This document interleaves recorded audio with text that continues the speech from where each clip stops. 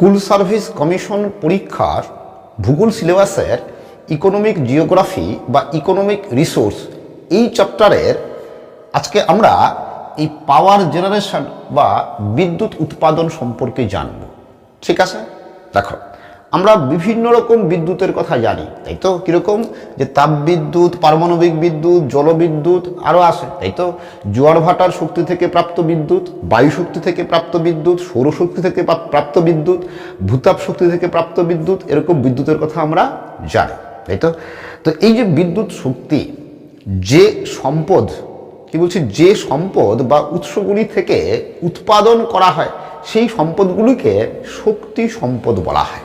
যেমন দেখো যে তাপবিদ্যুৎ, আমরা জানি তাপবিদ্যুৎ তৈরি করা হয় কিসের থেকে? কয়লা, খনিজ তেল, প্রাকৃতিক গ্যাস থেকে, তাই তো? মনে রাখবে এই তাপবিদ্যুতের প্রধান উৎস হচ্ছে কয়লা। প্রশ্ন হতে পারে কিন্তু তাপবিদ্যুতের প্রধান উৎস কি? উত্তর কি হবে? কয়লা। ঠিক আছে, পরে দেখো এই পারমাণবিক বিদ্যুৎ, পারমাণবিক বিদ্যুৎ কোথা থেকে তৈরি হয়? কি উৎস থেকে? ইউরেনিয়াম, থোরিয়াম, প্লুটোনিয়াম, এইসব উৎস থেকে, তাই তো?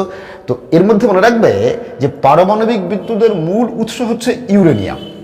ঠিক আছে, এরপরে দেখো জলবিদ্যুৎ, তাই তো? জলবিদ্যুৎ তৈরি হয় কিসের থেকে? প্রবাহমান জলধারা থেকে, তাই তো? ক্লাসের মাঝে তোমাদের আরেকটা কথা জানিয়ে রাখি, তোমরা যারা রেগুলার আমার ক্লাস দেখো তারা জানো যে আমার এখানে যে পশ্চিমবঙ্গ স্কুল সার্ভিস কমিশন বা SLST 9, 10, 11, 12 লেভেলের অনলাইনে কোচিং ক্লাস হয়। ঠিক আছে, যারা আগে অ্যাডমিশন নিতে পারোনি কিন্তু ইচ্ছে ছিল, ইচ্ছে আছে অ্যাডমিশন নেওয়ার, ঠিক আছে, তারা ইচ্ছে করলে এই হোয়াটসঅ্যাপ নাম্বারে যোগাযোগ করতে পারো, যোগাযোগ করে নাম এন্ট্রি করতে পারো। ঠিক আছে, কারণ আমার 2023 সালের ফেব্রুয়ারির 20 তারিখ থেকে লাস্ট ব্যাচ শুরু হয়েছে। ওই ব্যাচে কয়েকটা জায়গা খালি আছে, যদি চাও তাহলে জয়েন করতে পারো। তো এই শক্তি সম্পদ বা শক্তির উৎসগুলিকে আবার বিভিন্ন ভাগে ভাগ করা হয়। যেমন দেখো ব্যবহার অনুসারে শক্তি সম্পদ বা শক্তি উৎসগুলোকে দুটা ভাগে ভাগ করা হয়। একটা কি? চিরাচরিত বা প্রচলিত শক্তি উৎস বা শক্তি সম্পদ, আরেকটা অচিরাচরিত বা অপ্রচলিত শক্তি উৎস বা শক্তি সম্পদ। ঠিক আছে, তো এই চিরাচরিত আর অচিরাচরিত শক্তি উৎস বা শক্তি সম্পদ কাকে বলে তোমরা জানো, তাই তো? তো এই চিরাচরিত বা প্রচলিত শক্তি সম্পদ বা শক্তি উৎস কি? যে শক্তি উৎসগুলি থেকে বা যে শক্তি সম্পদগুলি থেকে বহুল পরিমাণে এবং প্রচুর বিদ্যুৎ উৎপাদন করা হয়, ওকে, এবং দীর্ঘদিন ধরে বিদ্যুৎ উৎপাদন করা হয়ে আসছে, ঠিক আছে, বা দীর্ঘকাল ধরে বিদ্যুৎ উৎপাদন হয়ে আসছে, সেই উৎসগুলো বা সেই সম্পদগুলোকেই চিরাচরিত বা প্রচলিত শক্তি উৎস বা শক্তি সম্পদ বলে। যেমন দেখো কয়লা, খনিজ তেল, প্রাকৃতিক গ্যাস, পারমাণবিক খনিজ, প্রবাহমান জলধারা, তাই তো? তাহলে এই উৎসগুলো কি? চিরাচরিত বা প্রচলিত শক্তির উৎস। মনে রাখবে এই উৎসগুলি থেকে কি কি? দেখো তাপবিদ্যুৎ, পারমাণবিক বিদ্যুৎ, জলবিদ্যুৎ, ওকে, এই তিনটা বিদ্যুৎ তৈরি হয়। ওকে, তার মানে কি এই তাপবিদ্যুৎ, জলবিদ্যুৎ, তাপবিদ্যুৎ, পারমাণবিক বিদ্যুৎ আর জলবিদ্যুৎ এরা কি? চিরাচরিত শক্তি বা প্রচলিত শক্তি বা কনভেনশনাল এনার্জি। ঠিক আছে, দেখো মনে রাখবে এই যে জলবিদ্যুৎ, জলবিদ্যুৎ কিন্তু একসময় অপ্রচলিত শক্তি ছিল, ঠিক আছে, বা আনকনভেনশনাল শক্তি ছিল। কারণ একসময় জলবিদ্যুৎ পৃথিবীর কয়েকটা দেশের মধ্যেই শুধুমাত্র সীমিত ছিল, কিন্তু এখন জলবিদ্যুৎ পৃথিবীর বহু দেশে উৎপাদিত হয়। তাই এখন এই জলবিদ্যুৎটা কি? জলবিদ্যুৎ কিন্তু প্রচলিত শক্তি বা কনভেনশনাল এনার্জি। তো এই প্রচলিত শক্তির ক্ষেত্রে দেখো একমাত্র জলবিদ্যুৎ উৎপাদন ছাড়া বাকি দুই বিদ্যুৎ উৎপাদনের ক্ষেত্রে, মানে তাপবিদ্যুৎ, পারমাণবিক বিদ্যুৎ, এই দুই বিদ্যুৎ উৎপাদনের ক্ষেত্রে কিন্তু ব্যাপক পরিবেশ দূষণ হয়, কিন্তু জলবিদ্যুতের ক্ষেত্রে পরিবেশ দূষণ হয় না। ঠিক আছে, তাহলে কি আমরা এক বাক্যে বলতে পারবো যে চিরাচরিত বা প্রচলিত শক্তি উৎসের ক্ষেত্রে, শক্তি সৃষ্টির ক্ষেত্রে পরিবেশ দূষণ ঘটে? সেটাও বলতে পারবো না। আবার পরিবেশ দূষণ ঘটে না সেটাও কিন্তু বলতে পারবো না, তাই তো? কারণ দেখো এই সবগুলো উৎস থেকে পরিবেশ দূষণ হয়, শুধুমাত্র প্রবাহমান জলধারা থেকে পরিবেশ দূষণ হয় না। বা তাপবিদ্যুৎ, পারমাণবিক বিদ্যুৎ উৎপাদনের ক্ষেত্রে পরিবেশ দূষণ হয়, কিন্তু জলবিদ্যুৎ উৎপাদনের ক্ষেত্রে পরিবেশ দূষণ হয় না। এরপর দেখো অচিরাচরিত বা অপ্রচলিত শক্তির উৎস, তোমরা জানো এগুলো, তাই তো? কি? যে শক্তি উৎসগুলো থেকে বিদ্যুৎ উৎপাদন এবং ব্যবহার বিশেষ প্রচলিত নয়, বর্তমানে খুব স্বল্প পরিমাণে এর উৎপাদন শুরু হয়েছে ও ব্যবহার শুরু হয়েছে, কিন্তু ভবিষ্যতে এর দ্বারা বা এর থেকে প্রচুর বিদ্যুৎ উৎপাদনের সম্ভাবনা আছে। সেই উৎসগুলোকেই অচিরাচরিত বা অপ্রচলিত শক্তির উৎস বা নন কনভেনশনাল এনার্জি সোর্স বলা হয়। ওকে, তো এই সোর্সগুলো আমরা কি জানি, কি কি? এই সৌরশক্তি, বায়ু শক্তি, জোয়ার ভাটা শক্তি, সমুদ্র তরঙ্গ শক্তি, ভূতাপ শক্তি, জৈব গ্যাস, তাই তো? এগুলো কি অচিরাচরিত শক্তির উৎস, তাই তো? আর এগুলো থেকে বিদ্যুৎ উৎপাদন করার সময় কোনো রকম পরিবেশ দূষণ হয় না। তার মানে এই যে নন কনভেনশনাল এনার্জি, এই নন কনভেনশনাল এনার্জিটাই কি পরিবেশ বান্ধব এনার্জি। এরপর দেখো, শক্তির উৎস বা শক্তি সম্পদগুলির স্থায়িত্ব অনুসারে শক্তির উৎস বা শক্তি সম্পদগুলিকে দুটা ভাগে ভাগ করা হয়। একটা হচ্ছে দেখো অপুনর্ভব শক্তি উৎস বা শক্তি সম্পদ, আরেকটা পুনর্ভব শক্তি উৎস বা শক্তি সম্পদ।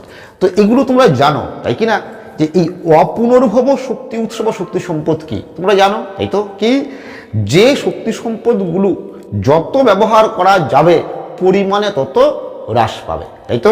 এবং হ্রাস পেতে পেতে, মানে ক্রমাগত ব্যবহার করলে হ্রাস পেতে থাকবে এবং হ্রাস পেতে পেতে একসময় পৃথিবী থেকে নিশ্চিহ্ন হয়ে যাবে, তাই তো? একদম নিঃশেষ হয়ে যাবে।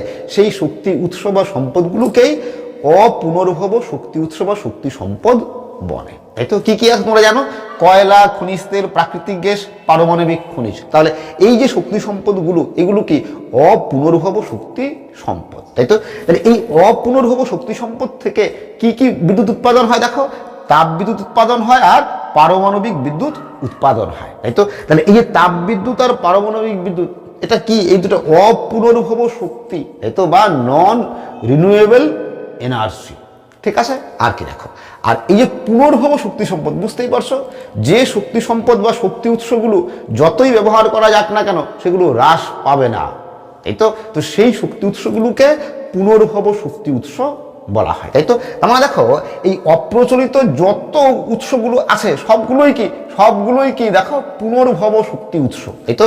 যে সৌরশক্তি, বায়ু শক্তি, জোয়ার ভাটা শক্তি, সমুদ্র তরঙ্গ শক্তি, ভূতাপ শক্তি, জৈব গ্যাস, এগুলো, এর সঙ্গে প্রবাহমান জলধারা, এটা হচ্ছে কি পুনর্ভব শক্তি সম্পদের উৎস, তাই তো? বা রিনিউয়েবল এনার্জি, ঠিক আছে?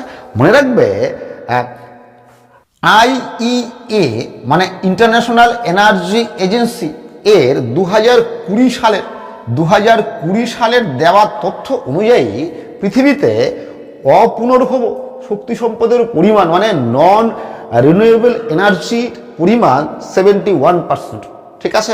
আর পুনর্ভব বা রিনিউয়েবল এনার্জির পরিমাণ 29%। ওকে, তার মানে অপুনর্ভব শক্তি সম্পদ থেকে বিদ্যুৎ উৎপাদিত হয় কত? 71%, আর পুনর্ভব শক্তি উৎস থেকে বিদ্যুৎ উৎপাদিত হয় 29%। তাহলে দেখো যে এই যে চিরাচরিত বা প্রচলিত শক্তি উৎসগুলো আছে, তাই তো? তাহলে এই প্রচলিত শক্তি উৎসের মধ্যে কি এই প্রবাহমান জলধারা বাদে বাকি সব কয়টাই কি অপুনর্ভব শক্তি উৎস, কি তাই কিনা? তাহলে চিরাচরিতগুলোই কি আছে? চিরাচরিতগুলোই কি অপুনর্ভব, শুধুমাত্র কি জলবিদ্যুৎ বা প্রবাহমান জলধারা বাদে, তাই তো? আর কি দেখো, এই অচিরাচরিত যে উৎসগুলো আছে, এই অচিরাচরিত উৎসগুলোই কি পুনর্ভব শক্তির উৎস, তাই তো? সব কয়টা, তাই তো? তাহলে যদি জিজ্ঞেস করি বলতো যে কোন শক্তির উৎস চিরাচরিত কিন্তু পুনর্ভব, তার উত্তর কি হবে? চিরাচরিত কিন্তু পুনর্ভব শক্তির উৎস কোনটি? দেখো, চিরাচরিত এখানে কি প্রবাহমান জলধারা, এখানে কি প্রবাহমান জলধারা, তাই তো? তাহলে প্রবাহমান জলধারা বা জলবিদ্যুৎই হচ্ছে কি চিরাচরিত এবং কি পুনর্ভব শক্তি বা শক্তির উৎস। এরপর দেখো, IEA মানে ইন্টারন্যাশনাল এনার্জি এজেন্সি এর দেওয়া 2017 সালের তথ্য অনুযায়ী, ঠিক আছে, দেখো পৃথিবীতে যত বিদ্যুৎ উৎপাদিত হয় তার 87.2% বিদ্যুৎ হয় কি চিরাচরিত শক্তি উৎস থেকে, ঠিক আছে? আর 12.8% বিদ্যুৎ উৎপাদিত হয় অচিরাচরিত শক্তি উৎস থেকে, ঠিক আছে? এবার দেখো, এই চিরাচরিত শক্তি থেকে কি কি বিদ্যুৎ আমরা জানি, কি কি? তাপ বিদ্যুৎ, পারমাণবিক বিদ্যুৎ, জলবিদ্যুৎ, তাই তো? তো এই 87%-এর মধ্যে মনে রাখবে পৃথিবীতে মোট উৎপাদিত বিদ্যুতের, দেখো এই চিরাচরিত বিদ্যুতের, পৃথিবীতে মোট উৎপাদিত চিরাচরিত বিদ্যুতের দেখো 56.2% হচ্ছে তাপ বিদ্যুৎ, ওকে, এবং 17.7% হচ্ছে পারমাণবিক বিদ্যুৎ, আর 13.3% হচ্ছে জলবিদ্যুৎ। ঠিক আছে, তার মানে কি দেখো কোন প্রকার বিদ্যুৎ উৎপাদন বেশি, কি তাপ বিদ্যুতের উৎপাদনই সবচেয়ে বেশি, তাই তো। এরপর দেখো যে পৃথিবীতে মোট বিদ্যুৎ উৎপাদনের বিচারে, মানে সব রকম বিদ্যুৎ মিলিয়ে মোট বিদ্যুৎ উৎপাদনের বিচারে চীন পৃথিবীতে প্রথম স্থান অধিকার করে, ইউএসএ পৃথিবীতে দ্বিতীয় স্থান অধিকার করে এবং ভারত পৃথিবীতে তৃতীয় স্থান অধিকার করে। ঠিক আছে, আর আমরা কি জানি যে বিদ্যুৎ প্রকৃতিতে পাওয়া যায় না, তাই কি না, বিদ্যুৎ কি করতে হয়, বিদ্যুৎ উৎপাদন করতে হয়, এবং বিদ্যুৎ উৎপাদন করা হয় কিন্তু রপ্তানির জন্য, কিন্তু বিদ্যুৎ উৎপাদন করা হয় না কি জন্য, ভোগের জন্য করা হয়, তাই তো, নিজে কনজিউম করার জন্য করা হয়। তাহলে দেখো যে দেশ উৎপাদন যত বেশি, তাই তো, উৎপাদন যার বেশি সে কি ভোগের দিক থেকেও তাও বেশি, সে বেশি, তাই তো। তাহলে ঠিক যদি ভোগের ক্ষেত্রেও বলি, যে কনজামশনের ক্ষেত্রেও যদি বলি, তাই তো, তাহলে বিদ্যুৎ ব্যবহারে প্রথম কে, চীন, তাই তো, দ্বিতীয় কে ইউএসএ, তৃতীয় কে ভারত। ওকে, আরেকটা মনে রাখবে যে মাথাপিছু বিদ্যুৎ উৎপাদনে আইসল্যান্ড পৃথিবীতে প্রথম স্থান অধিকার করে। এটা কিন্তু প্রশ্ন হতে পারে যে মাথাপিছু বিদ্যুৎ উৎপাদনে কোন দেশ পৃথিবীতে প্রথম স্থান অধিকার করে, তাহলে মাথাপিছু বিদ্যুৎ উৎপাদনে আইসল্যান্ড পৃথিবীতে প্রথম স্থান অধিকার করে। সরি, একটু ভুল হয়ে গেল, মাথাপিছু বিদ্যুৎ উৎপাদনে নয়, মাথাপিছু বিদ্যুৎ ব্যবহারে আইসল্যান্ড পৃথিবীতে প্রথম স্থান অধিকার করে। ঠিক আছে, এবার আমরা দেখে নিয়ে চলো যে পৃথিবীর বৃহত্তম বিদ্যুৎ উৎপাদন কেন্দ্রগুলো কি কি আছে। ঠিক আছে, এগুলো খুব ঘেটে বের করতে হয়েছে, প্রচুর সময় লেগেছে বের করতে। দেখো যে যদি বলি যে পৃথিবীর বৃহত্তম কয়লা ভিত্তিক তাপবিদ্যুৎ কেন্দ্র কোনটি, দেখো চীনের চীনের টুয়োকোটুয়ে হচ্ছে পৃথিবীর বৃহত্তম কয়লা ভিত্তিক তাপবিদ্যুৎ কেন্দ্র। ঠিক আছে, আর পৃথিবীর বৃহত্তম খনিজ তেল ভিত্তিক তাপবিদ্যুৎ কেন্দ্র দেখো সৌদি আরবের সেইবা। ঠিক আছে, পৃথিবীর বৃহত্তম গ্যাস ভিত্তিক তাপবিদ্যুৎ কেন্দ্র দেখো ইউএই এর জেবেল আলী। ওকে, আবার পৃথিবীর বৃহত্তম পারমাণবিক বিদ্যুৎ কেন্দ্র দেখো জাপানের কাশিওয়াজকি। ঠিক আছে, জাপানের কাশিওয়াজকি পৃথিবীর বৃহত্তম পারমাণবিক বিদ্যুৎ উৎপাদন কেন্দ্র। তোমরা দেখবে এই প্রত্যেকটার ক্ষেত্রে দেখো কত মেগাওয়াট বিদ্যুৎ উৎপাদন করে দেওয়া আছে। ওকে, তো এটা কিন্তু তোমাদের মুখস্থ করতে হবে না, প্রয়োজন হবে অন্য কারণে। দেখো কিরকম, এরপরে দেখো যে পৃথিবীর বৃহত্তম জলবিদ্যুৎ উৎপাদন কেন্দ্র হচ্ছে দেখো চীনের থ্রি গর্জেস।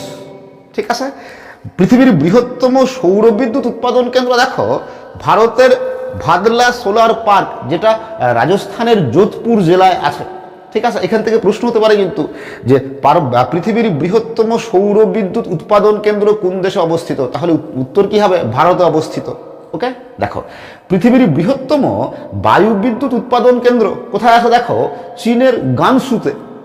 ঠিক আছে, পৃথিবীর বৃহত্তম জোয়ার ভাটা ভিত্তিক বিদ্যুৎ উৎপাদন কেন্দ্র কোথায় আছে, দেখো যে দক্ষিণ কোরিয়ার সিহবা লেকে, বা দক্ষিণ কোরিয়ার সিহবা লেক হচ্ছে পৃথিবীর বৃহত্তম জোয়ার ভাটা বিদ্যুৎ উৎপাদন কেন্দ্র। ওকে, দেখো পৃথিবীর বৃহত্তম ভূতাপ বিদ্যুৎ উৎপাদন কেন্দ্র দেখো কোথায় আছে, ইউএসএর দ্য গিজার্স। ওকে, আর পৃথিবীর বৃহত্তম জৈব গ্যাস থেকে বিদ্যুৎ উৎপাদন কেন্দ্র হচ্ছে ড্রক্স, ইউকের ড্রক্স। ঠিক আছে, এটা তোমার একটা স্ক্রিনশট দিয়ে নাও, এটা কিন্তু মুখস্থ রাখবে। ঠিক আছে, দেখো কি বলছে, এই তথ্যগুলো কোন সালের অনুযায়ী, 2021 সালের হিসাব অনুযায়ী। ওকে, বিভিন্ন বইয়ে কিন্তু বিভিন্ন রকম পেতে পারো, কারণ পুরানো সাল হলে একরকম হবে। কি বোঝা গেল কি বলছি? এবার দেখো তাহলে তোমরা লক্ষ্য করো যে এখানে কোন বিদ্যুৎ কেন্দ্রে কত মেগাওয়াট বিদ্যুৎ উৎপাদন করে। ঠিক আছে, দেখো এর মধ্যে সবচেয়ে বেশি কোনটা, দেখো 2500 মেগাওয়াট বিদ্যুৎ উৎপাদন করে কি, দেখো জলবিদ্যুৎ কেন্দ্র কোনটা, থ্রি গর্জেস। বোঝা গেল কি বলছি? এবার যদি প্রশ্ন হয় যে পৃথিবীর বৃহত্তম বিদ্যুৎ উৎপাদন কেন্দ্র কোনটি, কোনো আলাদা করলো না কিন্তু, তাপবিদ্যুৎ, কয়লা মানে তাপবিদ্যুৎ, পারমাণবিক বিদ্যুৎ আলাদা না করে যদি একসঙ্গে বলে যে পৃথিবীর বৃহত্তম বিদ্যুৎ উৎপাদন কেন্দ্র কোনটি, তাহলে কি হবে, তাহলে হবে এই থ্রি গর্জেস। দেখো এরই উৎপাদন সবচেয়ে বেশি। সরি, দেখো আরেকটা ভুল করে ফেললাম, যে থ্রি গর্জেস যে জলবিদ্যুৎ উৎপাদন কেন্দ্র, এর উৎপাদন বছরে বার্ষিক উৎপাদন 2500 মেগাওয়াট না, 22500 মেগাওয়াট। ঠিক আছে, এবং এটাই কি পৃথিবীর বৃহত্তম। মনে রাখবে এই যে বলেছি আমি, বৃহত্তম মানে কি বলতো, উৎপাদনের বিচারে বৃহত্তম। তাহলে এই বিদ্যুৎ উৎপাদন কেন্দ্রগুলো কি বলছি, উৎপাদনের বিচারে পৃথিবীতে বৃহত্তম। এরপর দেখো যে তাপবিদ্যুৎ উৎপাদনে দেখো চীন পৃথিবীতে প্রথম, ইউএসএ পৃথিবীতে দ্বিতীয় এবং ভারত পৃথিবীতে তৃতীয়।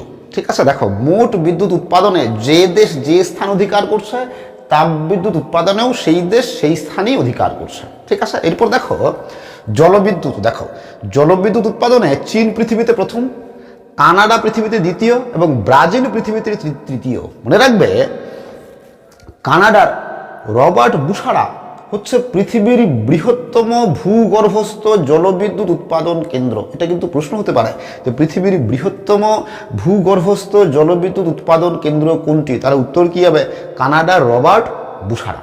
ঠিক আছে, আর মনে রাখবে যে মাথাপিছু জলবিদ্যুৎ উৎপাদনে পৃথিবীতে প্রথম স্থান অধিকার করে নরওয়ে। এটাও কিন্তু প্রশ্ন হতে পারে যে মাথাপিছু জলবিদ্যুৎ উৎপাদনে কোন দেশ পৃথিবীতে প্রথম স্থান অধিকার করে, উত্তর কি হবে, নরওয়ে। ওকে, এরপরে দেখো যে পারমাণবিক বিদ্যুৎ, দেখো পারমাণবিক বিদ্যুৎ উৎপাদনে ইউএসএ পৃথিবীতে প্রথম, ফ্রান্স পৃথিবীতে দ্বিতীয় এবং চীন পৃথিবীতে তৃতীয়। ঠিক আছে, এই ফ্রান্সের ক্ষেত্রে মনে রাখবে ফ্রান্সে যত পরিমাণ বিদ্যুৎ উৎপাদন হয়, ফ্রান্সের মোট বিদ্যুতের 77% হচ্ছে পারমাণবিক বিদ্যুৎ। ঠিক আছে, আর দেখো এই রাশিয়ার অগ্নিনক্স হচ্ছে পৃথিবীর প্রথম পারমাণবিক বিদ্যুৎ উৎপাদন কেন্দ্র। এটাও কিন্তু প্রশ্ন হতে পারে যে পৃথিবীর প্রথম পারমাণবিক বিদ্যুৎ উৎপাদন কেন্দ্র কোনটি, তাহলে কি রাশিয়ার অগ্নিনক্স।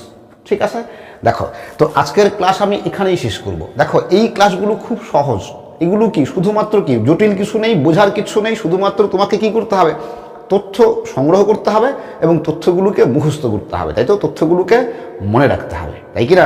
তোমরা ইচ্ছা করলে বই ঘেটে আরও তথ্য বের করে সেগুলো করতে পারো, নোট করে সেগুলো পড়তে পারো।